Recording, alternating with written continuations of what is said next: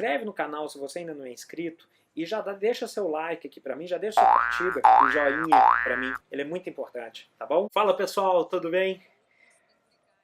Como o assunto arbitragem deu um pouquinho de ânimo aí pro pessoal, eu vou falar de um outro assunto, que é o financiamento de terceiros na arbitragem.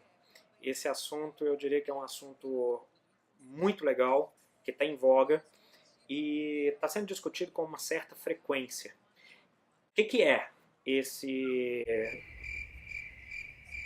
financiamento de terceiros? Financiamento de terceiro, gente, é o mecanismo no qual um terceiro não envolvido no litígio, ou seja, não é nem a parte requerida, nem a parte autora, ele contribui para alguma das partes, de forma geral para a parte autora ou para a parte ré, quando ela tem algum tipo de reconvenção, algum tipo de pleito, para que alguma das partes, ou a parte requerida ou a parte requerente, possa custear as despesas da arbitragem.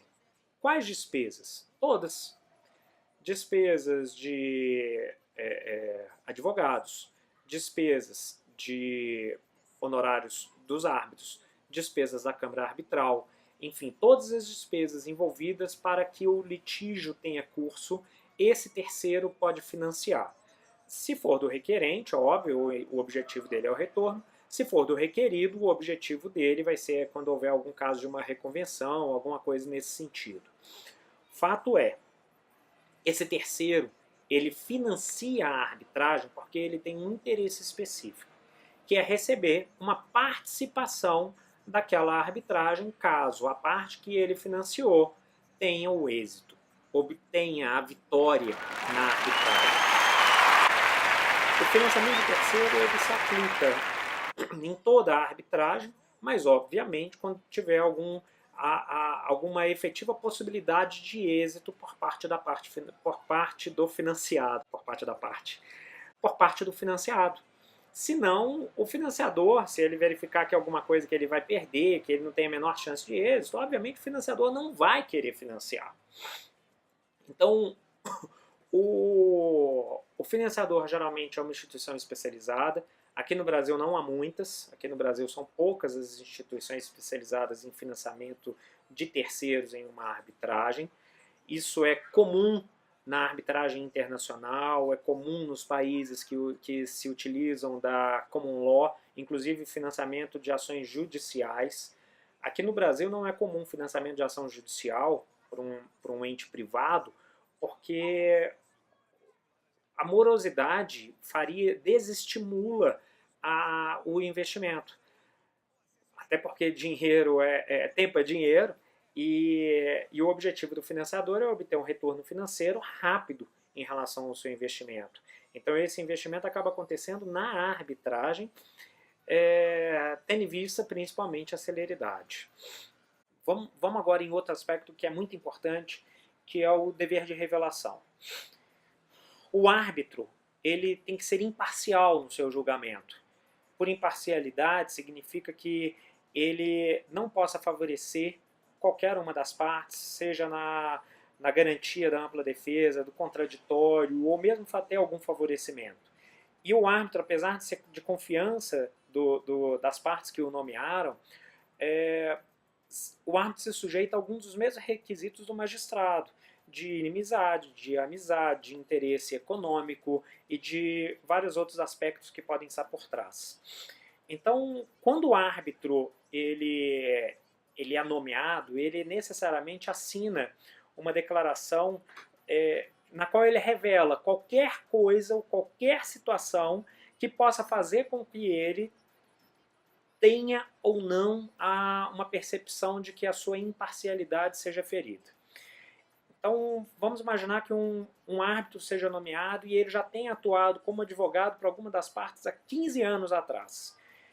E desde então nunca mais teve nem contato com a parte. Ele vai ter que revelar isso.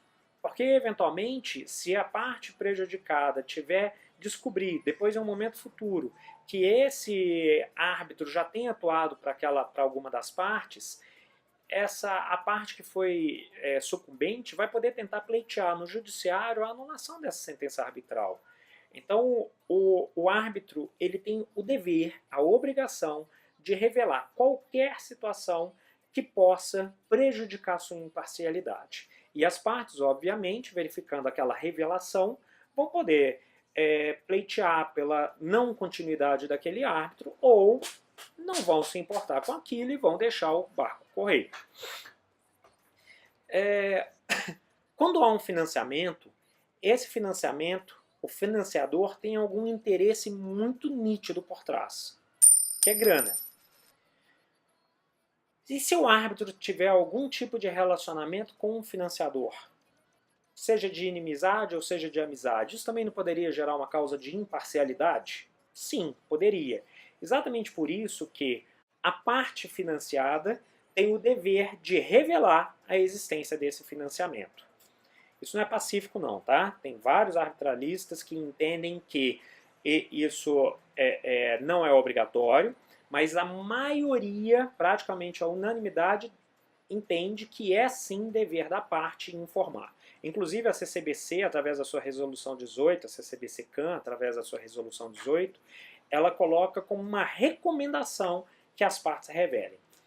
Então, a parte que é financiada vai revelar aos árbitros e à outra parte a existência de algum desse financiamento. Aí vem a segunda questão. Ela deve informar todo o conteúdo da relação contratual entre financiador e financiado ou só revelar que existe um financiamento e que o financiador é a pessoa tal?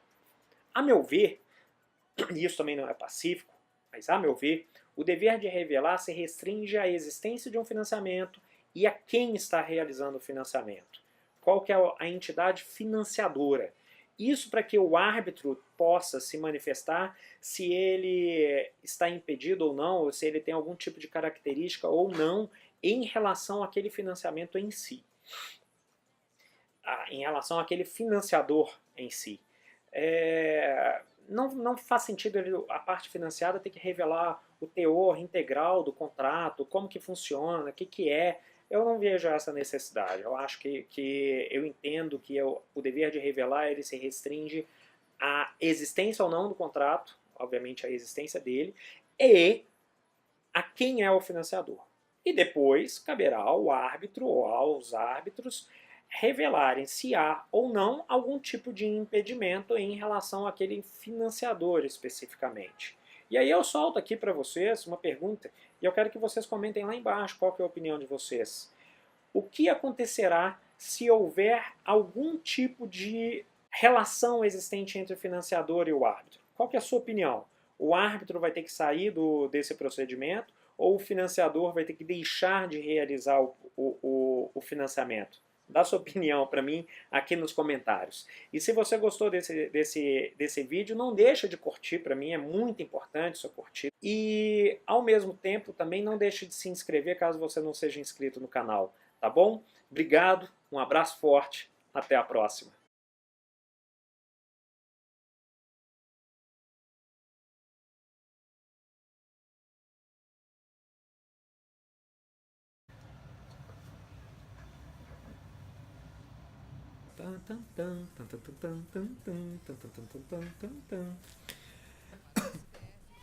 No qual essa instituição,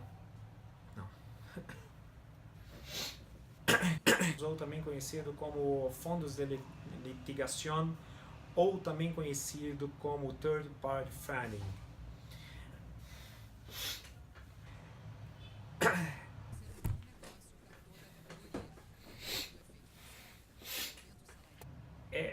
O financiamento de terceiros